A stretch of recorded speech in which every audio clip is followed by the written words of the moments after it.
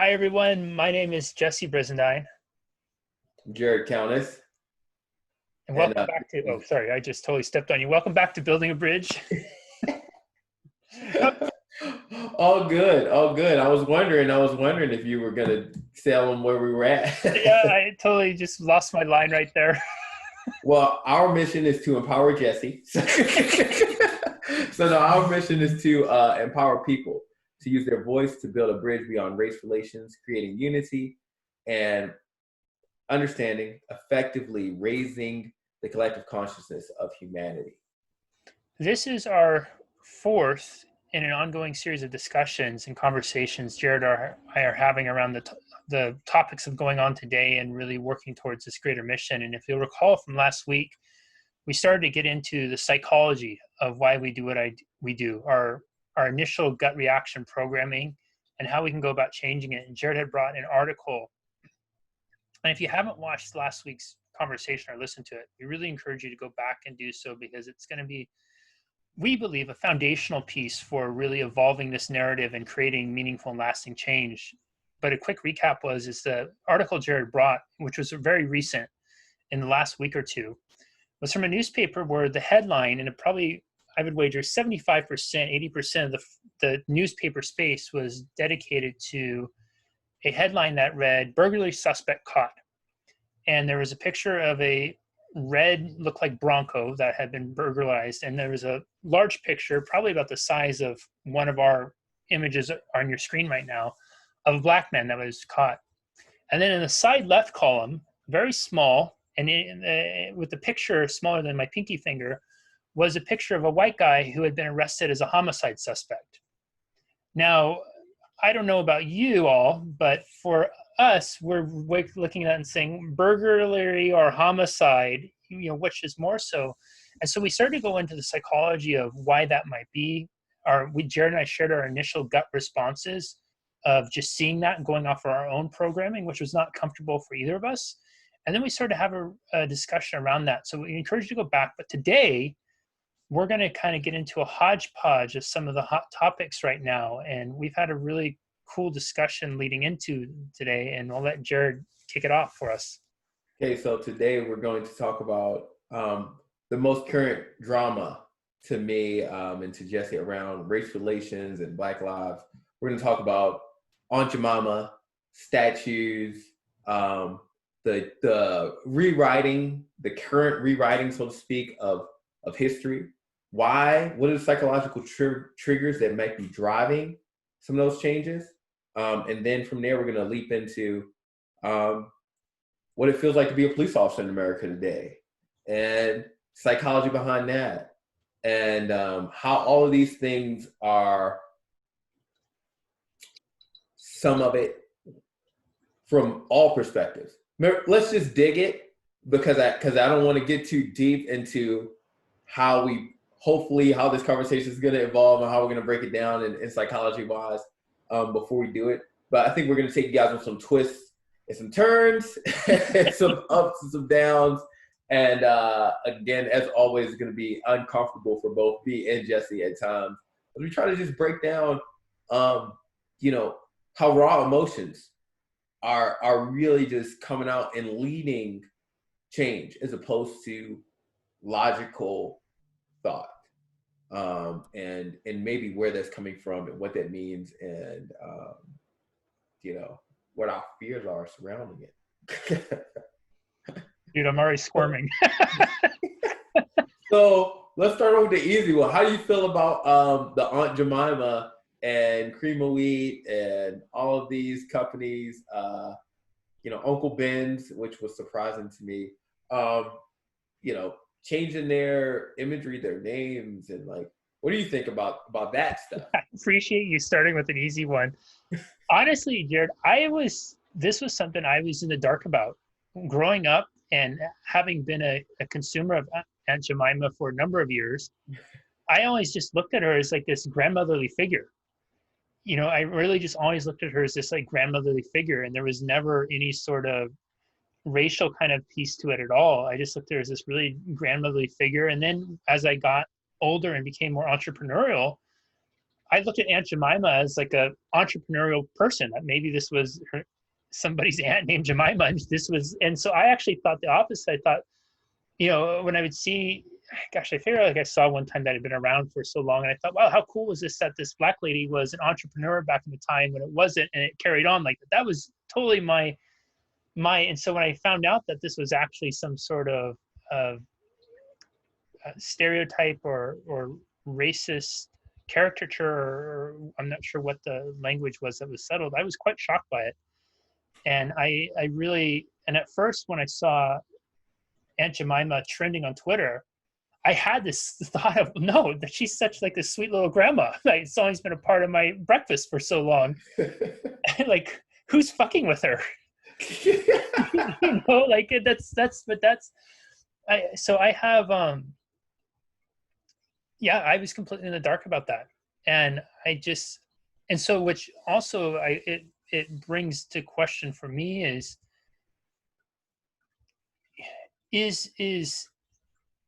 for us who are getting upset about the present day incarnation of Aunt Jemima, are we all of us who are getting upset about it aware that her origin was a racial origin?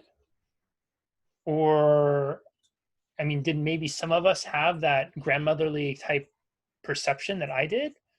Or are we getting upset about ourselves that we feel like we were duped into believing that grandma, sweet old Aunt Jemima, was really this other person, And I wrestle with that because you and I were you and I were talking beforehand about, and I think it was Jesus that said that, ye who has not sinned cast the first stone. And I just, where it's becomes this slippery slope for me of where do we start to go with that. And so I know we're going to jump into more, so I'll let you talk about your Aunt Jemima or Uncle Ben reaction first. And I had no idea about Uncle Ben too. I thought the same thing. I thought Uncle Ben, same thing. He, like, every time I would see it, is like he had such a sweet face, and I was like, and his rice was good. And I thought, so both used in my households, all growing up. Aunt Jemima, Mrs. Butterworth, Aunt Jemima and me was a better pancake / whatever mix. yeah, right. Right. And so to me, I understand it, right? But fucking hell, 100% transparent, kind of silly to me, right? And the reason I say that is because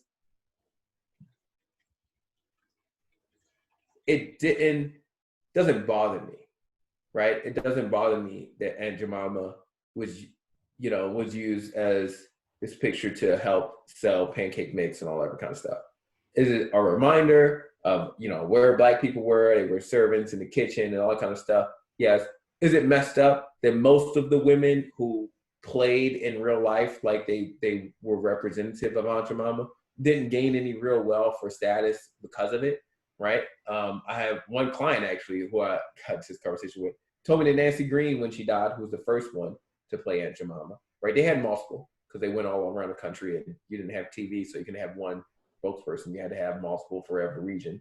But she died still a maid. You know what I mean? She was still a maid, right? When she died, right? That was her primary occupation, and that was, and that was her occupation when she died, right? Doesn't mean that she didn't save money.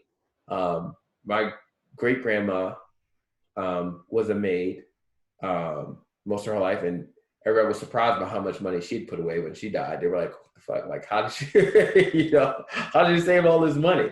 Right? But she'd managed to. And so I don't. I feel like it was, again, one of those knee-jerk reactions, but I feel like these are two things that bother me, right? One, it's a corporation, right? It's not like, they made that decision that was a money calculation, right? That was an in-game calculation, right?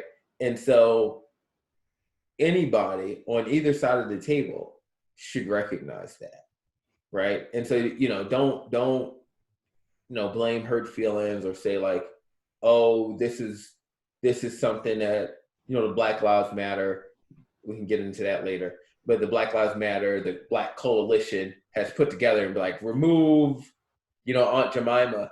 That was a business decision, right? And they chose to do that as a corporate entity, right? And so don't don't blame me, right, for this corporation deciding we're not going to use that image anymore, right? I personally didn't ask him to change it, right? But they chose to. And if that's their decision, then so be it. And if you don't want to buy, Aunt Jemima pancakes or however it's rebranded or whatever, right? Then don't buy it. You know what I mean? And that's America. That's capitalism, right? And the same is true with Uncle Ben's. But so that was the one thing, blaming people, and then two, the other thing was hearing people falsify history. She was the first Black millionaire. Whenever I read that just drove me absolutely crazy. So I was like, there were first Black millionaires. Like, there were Black millionaires. I didn't even hear he was that. not one of them. Wow. Let's go ahead and name a few. so let's please not, fuck up Black enterprise, because we've had some. Oh, this is one of those things. You just gotta say, God bless some people. I didn't even hear that. Oh. Yeah, but how did it pick up steam? Like, nobody was like, like, it's because the second you Google it, you're like, no, that was two white guys from here. They said, hey, and that's fine. Companies do that all the time. I invited somebody in the group after we had a discussion about Aunt Jemima, and he's been an absolute, I feel like, a blessing to have in the group, as far as the perspective that he brings. Right? I'm not gonna mention any names because I don't want to play the favorites, but no, it's companies do it all the time. They pick someone, right, or a group of people, right, to promote their product, right, and they do so for various reasons. And there are times when those people that they choose don't look like the people who founded the company. You know what I mean? One of my favorite things, right, is since we both came from the personal training industry and kind of, found it. If you look at the owners of most supplement companies, they are not in shape. Yeah. Sorry, guys. Yeah. The owners of most supplement companies look nothing like the athletes that sell their supplements. It's just, and most of us who took those supplements look nothing like the athletes who were selling them either. No. Matter of fact, those athletes, most of them look like that way before they even touch it. Yeah, dude. I would sit there when I first started working out. I would look at Flex Magazine and Ronnie Coleman, and I would take every single thing that Ronnie Coleman was selling in there, and I never once even got remotely close to looking like Ronnie Coleman. Yeah, and then you look at pictures of Ronnie Coleman at 17 before he even knew what any of that stuff was, and you're like, oh. Yeah, he is a friggin' beast. Friggin' beast. Yeah. He's the only professional bodybuilder that made it to the Olympia and says, I was all natural my first year. And you're like, I believe you. Yeah. It's like built like a friggin' tank. Yes. All right. Okay. Oh, all right. I guess the next one, right? And we're going to get deeper. If you guys stuck around, if you made it through Aunt Jemima. Monuments, statues, real people in history, and how that is being changed and torn down. And I think this one gets deeper because you are talking about real people. And I'll go ahead and start off. For me, it's a weird thing. Because I understand this I would say is more pushed by Black Lives Matter and people who are proponents of that movement. And they're coming from, so just to give you a perspective, guys, they're coming from a psychological place.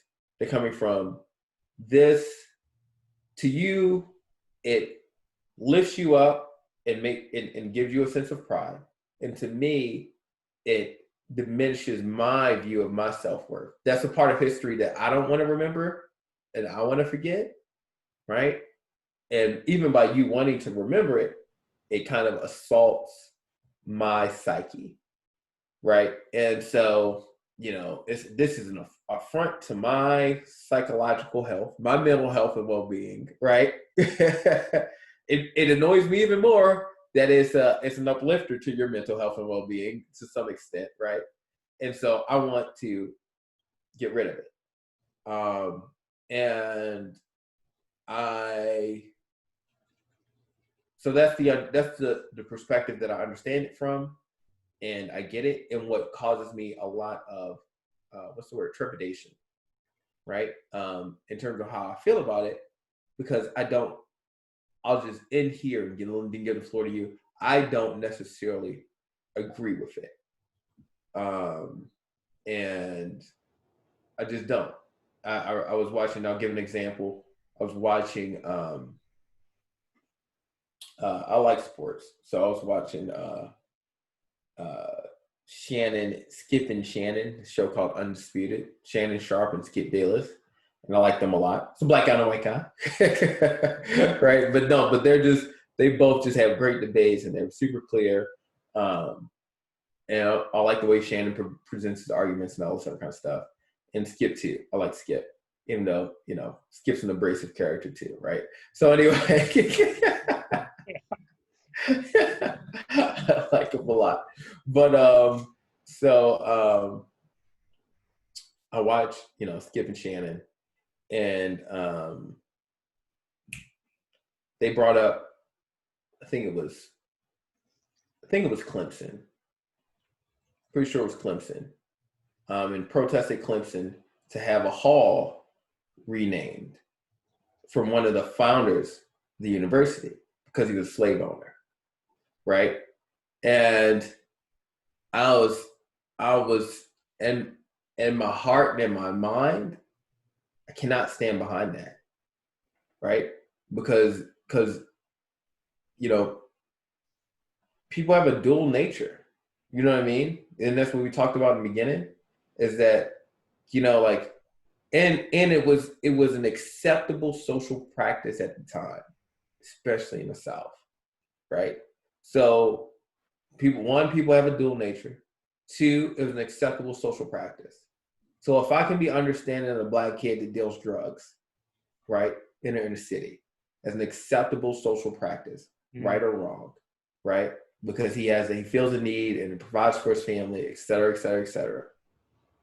If I look back on history and I'm unemotional about it, and I was a white guy, right, who had money and a farm and wanted to engage in commerce, right, would I give myself the same competitive advantage or stature as other white men at the time and have slaves?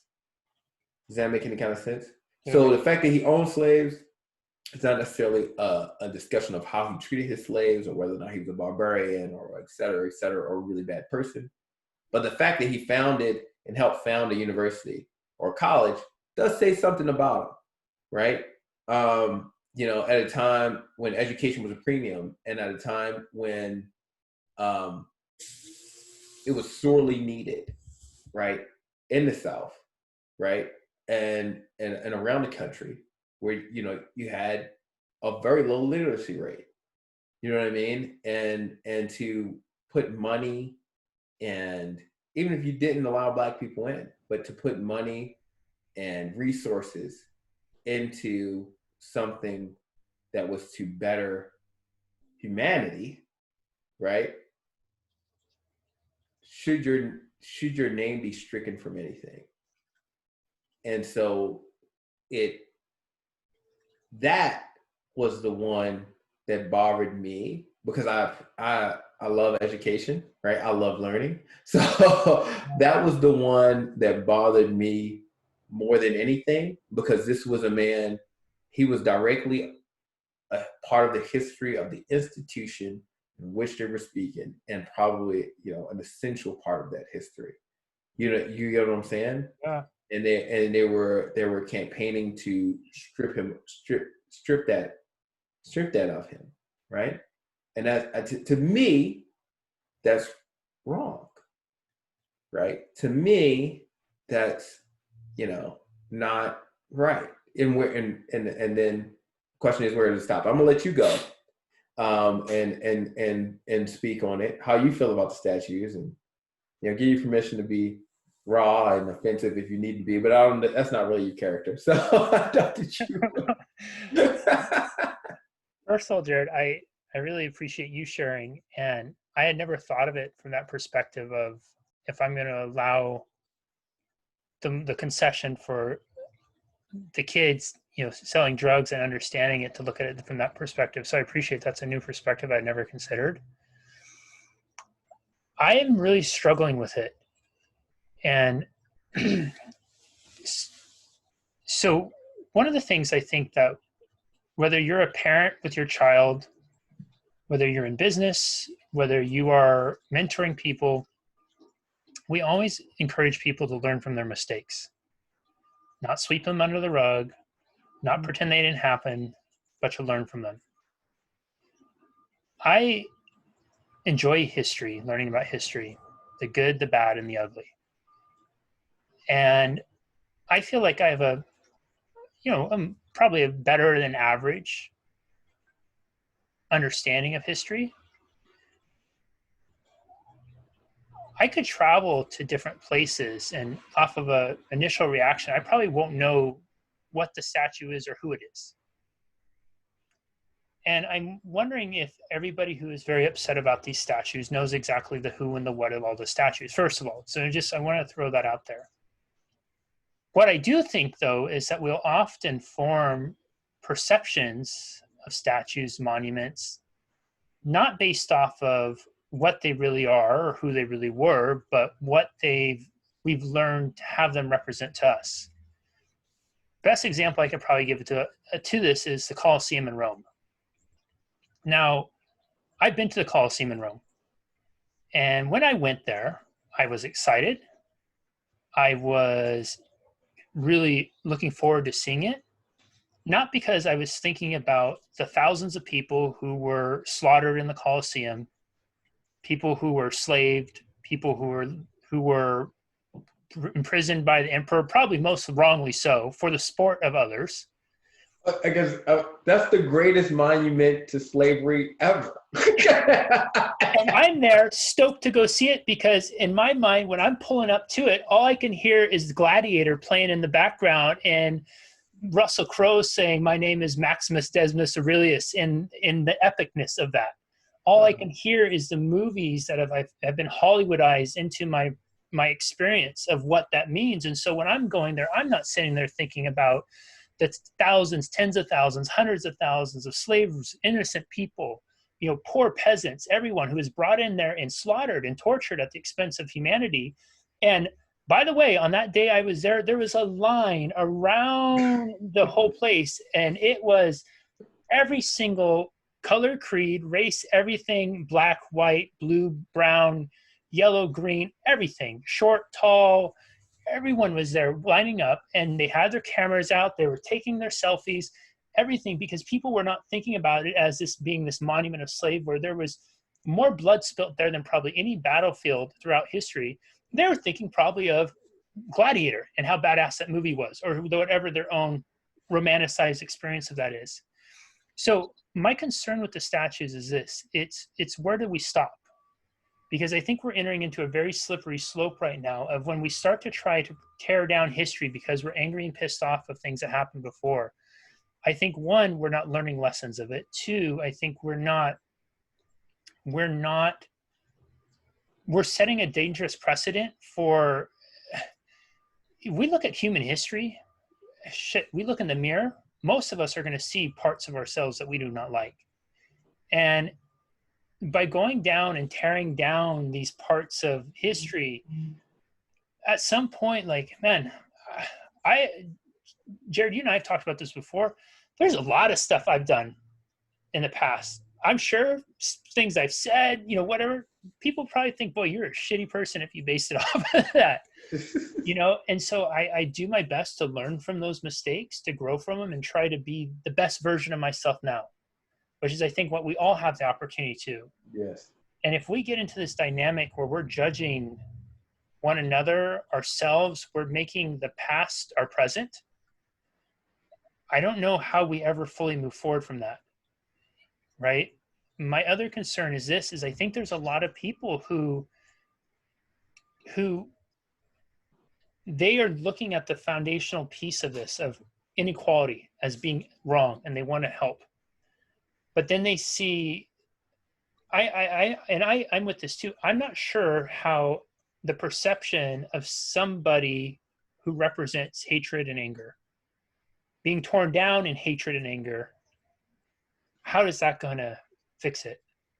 I remember there was this beautiful line from, I think it had to have been a Denzel movie. I think, oh, there's so many of them. And I think it was Hurricane Carter, when he played Hurricane Carter. And there was this line, and he said, hate put me in here, but love's going to bust me free. Yes. Right? You know what I'm talking about? And I just, man, that line was always one of my most favorite lines, because I feel like there's a way that we can try to have compassion and understanding, because whether we like it or not, all of us alive now were not alive 150 years ago when this was happening. And for people who those things represent something positive to, they probably don't even know who those people really are. But it represents some sort of foundational piece, of landmark. It's the tourist attraction people come and take selfies for. Yeah, and it's the thing that generates money for the economy. And we could argue and say, well, do people really want to generate money off of slavery? Of course not. I don't think anybody does. And I don't think they look at that statue as an ode to slavery, just as me and the tens of thousands of other people and the millions and millions of people that go. And the Colosseum is one of the wonders of the world, along with Machu Picchu, which I think Machu Picchu, dude, I've been there too. There's no rocks around. Those rocks are getting dragged from somewhere. The pyramids in Egypt, out in the middle of the desert, who's dragging those rocks out there? You know, like, and so it's going to be this thing of where do we stop? And history, you know, history, I think what's really important too is history is nothing but a collection of stories. In my lifetime, I feel like history has changed so many times, and it's also going to be a collection of stories from a biased perspective. Whatever history book we get at our educational thing at that time, we're forming a belief system that whatever stories are being told, that's, you know, that's history. That's what we're taught. You know, it used to be, when I was in elementary school, there was a song that went something like, in 1492, Columbus sailed the ocean blue, so now we could all have a day off from school. You know, it rhymed better than that, right? We celebrated that. That's changed as we've learned a little bit more about him. And I think that I'm not opposed to, you know, maybe removing statues and putting them into a museum where there's an opportunity to still go and learn, but to tear them down from a place of anger and hatred, to do that, I really, again, I have to question, one, does everybody really know who and what those fully represented? Did they know that before? And two, where does it stop? Because all of us in a moment, we're making these perceptual judgments. We are having our own version of the Colosseum. And if we're going to start peering down the rabbit hole of humanity, it's a dark thing. And whether we go to the Crusades from Christianity, whether we go to the Colosseums in Rome, we could go on and on and on. And so at some point, if we don't allow our past to be the past and instead be a learning opportunity, we are going to be, in my opinion, forever handicapped in the present, because it's going to be impossible to build future when we're still wrestling with the past. Yes. Yes. Yes. I it's not, to me, it doesn't feel like the right places to what I say, make amends. And then it's just like you said with the Bible, like whoever casts the first stone, like whoever, let he who's without sin cast the first stone, right? And it's just like there's only been one, according to the Bible, only one perfect man in history, and that was Jesus, right? My favorite person, so we've been getting biblical a little bit in the chats, but my favorite person, my favorite book in the Bible is the Book of Kings, right? Going into Solomon. But if you look at my favorite story, is David. David is my favorite, absolute favorite story in the Bible, right? This lone shepherd boy stands up to this giant, kills him with a sling. Of course, I've heard now that the news stories where a guy named Malcolm Gladwell came out and said, well, a sling was kind of like a gun in ancient days. so a skilled slinger could, but still no one else would stand up against him. Yeah.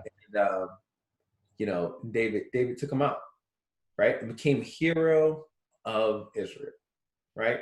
And then the king, Saul, tried to kill him, tried to hunt him down because he was this possible usurper, right? And he did his best not to fight Saul, right? Ended up back in the corner. They had to fight. Ends up killing his best friend, Saul's son, right? And assuming the throne, right? So now you have this kid who was a shepherd, who has now become hero of Israel, now king. And then as the king, he falls in love with this woman, sends her husband off to the front lines of war to be killed, and sleeps with her, and then births a child. He already has children. We basically stole this man's wife, right? And you read through the Bible, and David was God's favorite, right?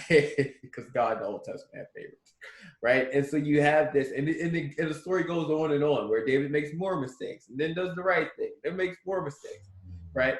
And he's this character in the Bible, and probably based on a real person history, right? But you see this imperfection, right? And it's so clear, right? But you see also all of these great deeds. You get what I'm saying? You see all of these great deeds, and you can't. Every good man is going to have some bad things that he did, especially if he's good and he reaches some level of power, right, and authority. I'm sure for years, Britain and the British hated every founding father. They were all evil men. The military for how they fought, because it was militia. So they would do militia hit and run tactics versus being gentlemen and mounting out and doing traditional battle style tactics. And they hated that. Yes. And it was ruthless. And so the beautiful thing, about human beings is our ability to evolve, rationalize, understand, grow beyond, right, our most base natures, right? And the thing that we talked about, part of it, I don't think we'll have time to get onto it today, but part of what we talked about was false evidence appearing real, fear, right? And how in and of itself, although maybe we try to base it on rational evidence, right? Most fears are irrational, right? Most fears are irrational, because today, right, is not yesterday, right? And the future is not the present, right? And so, since we know we're constantly, we have power to shape our future. When we are extremely fearful about it, that we, create all of these, and we do all of these things, these extreme actions, right? We are not really truly owning that we're responsible for it. We're not owning, like you said, we're not owning our power in the present to really shape the future. So like if you feel that the statue or this person's memory, right, is an affront to, your ancestors' memory, right? Then what is the best way that you can really affect, how your future generations will remember your memory, right? What they will look back and see as their ancestors, right? Because that's really what can create change. Not to wipe out someone else's history, but to, improve and create your own. You get what I'm saying? So don't focus on that, right? Focus to me that, and then don't disempower yourself by saying that the memory of this immediately impedes my ability to grow. You get what I'm saying? Yeah. And because hell, Rome, Colosseum, right? You watch Gladiator. Where was he from? Marcus Aurelius. Where was he from? Oh, I don't remember. Spain. He was from Spain. Oh, was he really? He was from Spain because the Roman, and one of the guys he fought was, what's his name, from Gaul, right? The guy with the tigers was from Gaul. He was from France, right? So you had in Rome, in the Colosseum, you had people, slaves, right? Because the Roman, culture had spread so far throughout Europe. You had slaves from all over. You had slaves from Germany. You had slaves, like one of the guys he was fighting with was from Germany. He was German, the big fucking guy, right? Yep. And you had, French and all that kind of stuff. And throughout history, those nations came in and sacked Rome and did this and all that other kind of stuff. And yet, the Colosseum still stood. You understand what I'm saying? Yeah. And so it's like, it's and Roman statues of great leaders still stood or were rebuilt. Yeah. But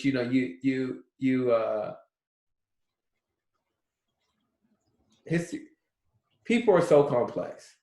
So that makes history complex, like you said, right? And you have to be really careful just about what you're wiping out, because we're supposed to be evolving beyond that. We're supposed to be evolving beyond the days where people went in and if they won, they destroyed an entire civilization, right? Another one of my favorite people from history is Alexander. I wish I had more Black people to talk about from history. That's one thing. I wish history was taught a little bit differently so that I could, because I know there are stories out there that I should know. But these people I know the most about. Or maybe David was probably, he was of color, at least, he was Middle Eastern or whatever. But Alexander, as he conquered new areas, right? You can see it in the movie, right? But if you read history, this was all true. And when he went in and he finally defeated the Persians, right? And took it, right? And took their capital. He didn't go in and slaughter everybody and erase everything. Yeah. And he did that all the way through. He did it in Egypt. He did it as he went, further east, right? He did not destroy. He absorbed, right? And men like that, even though he did kill a lot of people, what Alexandria is still Alexandria till this day. Did he fucking find Alexandria? No, he did not. Yeah. Right? He did not. But it's still Alexandria to this day. And was he a conqueror? Absolutely. Did he kill a lot of people? Absolutely. But he didn't, he wanted to grow and expand civilization. Sure, he wanted to conquer and he wanted to rule and stuff like that, and he wanted to leave his mark on history. But he built libraries. Yeah. He built schools, and so you can't. It's just dangerous to me, and it's an affront to, because I'm fucking so. I just take it personally because I'm so imperfect, and I would like to have a positive stamp on history, Yeah. and it's that, like, if people like dug up everything that I've done wrong in my life, or like, city husband, shitty father, blah blah blah blah blah blah blah. Yeah. Absolutely. And just try to use that as an excuse to wipe out anything that I could do that was good. I would, well, upset me. I think that's the thing, Jared, too, is it's any great civilization in history. I would, at least I'm not aware of. I would love to hear of one that has not been built off of violence, bloodshed, taking lands from others, enslaving as war reparations the conquered, putting them to work, whether they were putting to work to build physical structures, or they were put into sport in the Colosseums. I was somebody was sharing with me the other day that there was a war almost started, and they were saying, I'm not sure, but this was, I don't know how long ago, Central South America, over a soccer match, because the one team lost and the team who won gloated, and the leader who felt that they were being insulted declared war, and so troops started to mobilize, and then somebody was saying, like, what are you guys doing? Like, this is madness. So the human animal is a fragile animal, and Oh yes. right, we're a very fragile animal. And I remember one of the most, I try to, whenever I travel somewhere, to go and visit historical monuments and to learn and just read. And as you were talking, I'm thinking about so many of the historical monuments around the world that I've been to, or here in the US, the ones that we celebrate, all of them were won from, much of them were celebrated because of a war, an outcome. There's a win and lose. We like to think in things of those ways, winners and losers. USA, we're a bunch of winners. We all want to win, right? Mm-hmm. It's the most basic thing, and a war is a very finite example of winning and losing. It's a clear thing. You throw up the white flag or you don't. You do, you surrender, you lose. And that saying may sound callous, but that's also human nature, and that's how it's been. And so I remember being at the Alamo several years ago and going through, and now I'm I've always enjoyed the Alamo because the story of it. I think it's the story, again, my romanticized view of it. I'm not looking at it as the United States taking land from Mexico. I'm looking at the perspective, the story of these, 18 guys or whatever it was, making a stand against Santa Anna's army of 5,000. I was walking through the Alamo, and I remember there was a guy there who was Middle Eastern, and his son was probably about 6 years old, 5, 6 years old. And as little kids do, started to get squirmy and complain. And the father looks at his son and he says, shh. He said, we need to be respectful. We're here to learn about their history, just like we'd want them to be respectful when they learn about ours. And I thought that was such an unbelievably beautiful moment. History, in my opinion, when we're learning about it, is not meant to be some rosy-posy, sugar-coated thing. Just like when we might find out with the people that we are in relationships with, the people that we're fringed with, the people who we watch on TV, the TV shows we choose to watch, most of us have blood on our hands. Most of us have dark spots in our past. And our hope is that the people who love and accept us, they can love and accept all of us for the good, the bad, and the not so pretty parts of it too, especially the parts that we may have made mistakes or may not have. And I think, Jared, when you said so perfectly, is if we are allowed to make concessions of understanding for why it's okay for the kid to sell drugs, not saying it's okay, but we can understand why. We can also begin to understand the things that people did. And we could go on tangent after tangent of the horrible, awful stuff that humanity has done in history. I learned not that long ago that, and I think the 15th, 16th century, and this was just in France, and so I'm sure it was other places, that one of the sports they used to do is they used to take cats and hold them over fire pits, and they'd make bets on how long it would be until the cat would die. And dude, I'm a huge animal person lover. Now, I'm not going to sit there and just say, fuck the French for doing that horrible stuff, because I'm sure that all of us have done those bad things. History, I never looked at it as it's meant to be this, virgin pure thing. It's dark, it's ugly. The stuff that we celebrate, the freedoms that we all have, the narratives all of us have been taught as we fought for, people have bled for, died for them. It's not a pretty thing. And in my opinion, we're not going to change that by pretending it's okay and that pretending that it never happened. I think if anything, we can look at history. If we leave monuments up, we can look at them and we can confront those and look at them from a different perspective. And instead of trying to tear it down and pretend it never happened, look at it and say, why did that happen back then? What was the psychology? What were the belief systems? What was the driving emotion? Were people fearful, or were they being loving? Were they being angry and pissed off and judgmental, or were they being understanding, compassionate, and unbiased? And we can look at those and say, how can I better myself than that person? How can I do better? Yes. Right? Which is the opportunity all of us have every day when we wake up. When we fuck up with our partners, what do we say? We say, I'm so sorry. I promise I'll change. I'll do better. It's pleading. It's asking for forgiveness. There's a Hawaiian art of forgiveness called Ho'oponopono.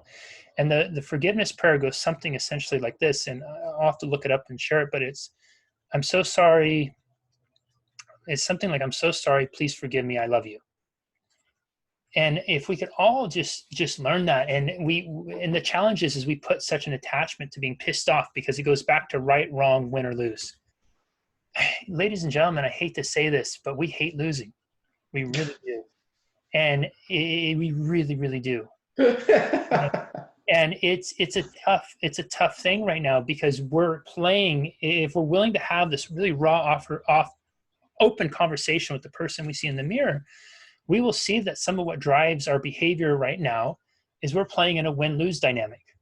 We don't want to be on the losing side of being in labeled one group. We want to be on the winning side of pushing causes and beliefs that we believe in right now. Mm-hmm. It's just our humanity has evolved in dramatic ways in the last 140, 150 years, and in the last 500 years, in the last 1,000 years since Rome. Whereas before we were looking at conquering lands and inflicting bloodshed or enslaving other people or putting them in the Colosseum to slaughter. Now we're evolving, in our win or lose dynamic. The win-loss game we're playing in is about equality. It's about equal wages, equal opportunity. It's about getting those little boys and girls off the street so that there doesn't need to be a cousin Jimmy to try to give them an opportunity, but that we can all rise and give them opportunity. That's not going to come, in my opinion, from tearing down a statue or destroying a monument or trying to erase what happened. That's going to come from looking square in the eye and being really honest and saying, wow, boy, there was parts of us who were really fucked up, but if we look at the emotion that was driving the behavior and we see how that emotion is still being expressed today, and we think, well, what would it go the other way? And I'll just leave this final thought, then I'll let you close this up because I know we're probably going over time and I want to be respectful. Mm-hmm. Somebody was suggesting to me the other day, and I never had played in this space before, but I entertained the possibility. And depending on where you exist in what fields of psychology you study, there's anywhere from I think 1,400 to 4,000 plus named emotions. And in different dialects, different cultures, there's more or less than that depending on the culture. And they were saying, what if there was only two emotions? There was love and fear. And then everything was a derivative of those. That's what I believe. Right? And dude, I never thought. I actually believe it's only love. Yeah. And it's love. And it's such a beautiful belief, because when you look at it, it gets down to this, and it goes to what you're saying with the fear piece, right? Fear is so intoxicating in the moment, because when we're in that fight or flight and we're imagining a future that could be very scary for us, we're biologically wired to get this response that's saying either I'm going to defend my life or I'm going to get the hell out of there. But we also know it is equally intoxicating to be in love, to be in that kind of space. And I love that perspective for this discussion, because it gives us an opportunity to trace back down. And I don't want to get so woo-woo-y out here that we're taking away from real things going on. But I do encourage everybody to ask the question of the things that we're angry and pissed off about, which justifiably so, it's okay to be angry and pissed off. The people who we struggle to understand, the things that we're struggling to relate, perhaps you could ask yourself, what would it look like if I engage this from a perspective of love? What if I had to really not tear down my past, but really learn to love my brother, like we're taught, the people who don't necessarily agree with me, love them for their humanity, and then try to understand and maybe then open discussions so where we can really create change. Anyways, I rambled for a long time there. So Jared, I'll let you close this up and adding final. Man, you did such it was a fucking great ramble, bro. It was a great ramble. I was going to, I'm going to say it. I think the winning and losing side of things, right? There's a concept in something called game theory. It's a function of economics and mathematics, right? There's a concept Simon Sinek's book starts by he talks about it, right? So the finite game, right? Is right? Finite versus the infinite game. Yep. Exactly. So a lot of people approach winning and losing in finite game terms. But life, human life, specific, it's an infinite game. It's an infinite game. And when we make decisions like it's a finite game, we typically fuck up our future, right? There are a lot of win and loss columns in the finite that will hurt the infinite side of the game. And we're right now, people are in a emotional place. They're making a lot of finite decisions, and it doesn't help the infinite, right? And so the removing of the statues and things like that, those are finite game. Those aren't long game decisions, right? They think it is because they're thinking immediate, right? But the long game is like we talked about, the psychology and everything else, in the unity, in creating unity in terms of a country and a nation. But like you voiced it so well. I didn't even want to dig in. I don't even want to dig into it. But that's the concept that I would leave people with, is that, you know, life is an infinite game. And we need to, if we really want to be, okay, so this is it. So one of the founding fathers of game theory is a guy named, they wrote a movie about him called A Beautiful Mind. His name is John Nash. And actually studying his work was the thing that really took me out of mathematics. Because I was like, God, this guy's fucking, I mean, like he was I like to think of myself as a smart guy. That he was on a fucking whole nother level, right? And so one of the things and one of the problems of the time was the thought of mutually assured destruction, right? And they ended up applying his Nash equilibrium to economics and everything else. But one of the things he was talking about was the nature of competition, right? Because we are competitive animals and we do want to win, right? But you have to understand the difference in the concept. This is when this was first evolving. The difference between a finite and an infinite game, right? And what short-term wins and losses, how they can affect the long game, right? And individually devolve a system, right? Or destroy it, right? And so one of the things that he came out and what's called the Nash equilibrium is how partnerships, right, can enhance the probability of success for the overall, right? The thought, the concept that we could all win, right? And and it's like, even when people hear that, it's like an affront, right? But it's like, you take losses. So we all have our gifts. We all have our things that we concern ourselves with. We all have our areas of expertise. We all have things that are specific to our personality, which is different from this personality, which is different from this personality. And a lot of human beings, we want to win in every sphere, right? But the truth of the matter is, we're a tribal society. You know, we're a complex society where everybody was born into that tribe with a job, right? Where they have a place where they're gonna, where they can reach that upper tier of being of success, right? And there are levels to it, right? And so like, but when you try to do this and you try to put yourself across the board above, you know, everything, and you can't help but to win in certain places by tearing other people down, right? By tearing down monuments, by tearing down this, right? And so your focus is wrong. One, you're not reaching your greatest potential in this place that where you could be, right? And two, you're severing the unity of the whole, the tribe, and the good of the creation. You're playing a very short-term game, right? And you're not building for the history of your next group. Just you get what I'm saying? Yeah. Like you're not, right? And I'll go all the way back to my Clemson guy.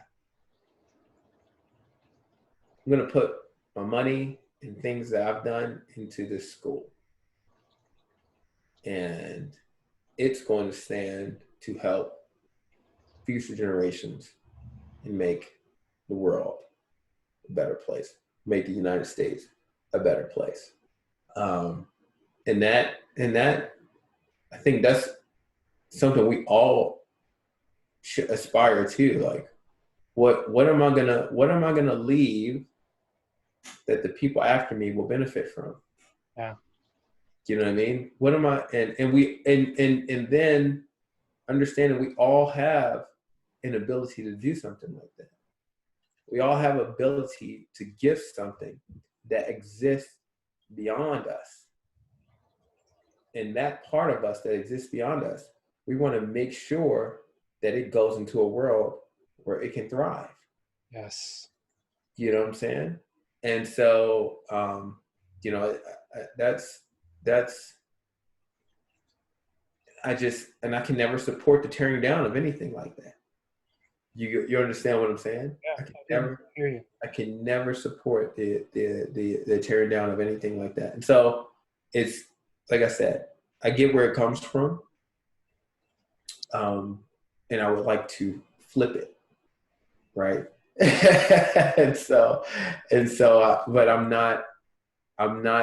not sure how. And then I get emotional. Too, man. And I know I need to wrap it up. We need to just shit. Now let's stop. I could keep going, and I could keep going. I gotta. Yeah. So we'll close it up because obviously Jared and I could keep talking for a while. We want to be respectful of your time. We appreciate you all listening, watching. Be sure to leave comments, questions. You know, this is safe space, so don't be shy. What you have to share and ask is valid. If you disagree with us, that's totally okay too. You're not going to hurt our feelings or upset us. Or actually, you know what? I'll say this: in a moment, there might be an initial response of hurt feelings, and what my pledge to you is this: if for something that you say does hurt my feelings, what I'm going to do is, rather than respond right away from a place of hurt feelings, I'm going to stop and take a breath. And I'm going to ask myself, how does what you say, why is it hurting my feelings? What is that saying about myself? And then I'm going to sit with that for a moment before you respond. So please, that's an invitation to ask the questions, make the comments, invite the discussion. Also invite your friends, family, community members who you think would be a valid part of this group in. We'd also love to hear feedback from you. Are you finding value in this? What would you like us to cover? We're going to definitely get into policing here soon, and we're going to start with, I think, what we've been brainstorming with is, you know, just Jared and my opinion on it, our observational pieces, and then bringing in members of law enforcement and having panel discussion with it too, because I definitely want to get perspective, and also having panel discussions too with other members in different communities and different leadership roles. So if you have people who you think might be valid contributors in panel discussions, you know, definitely message Jared and I, put them in the group.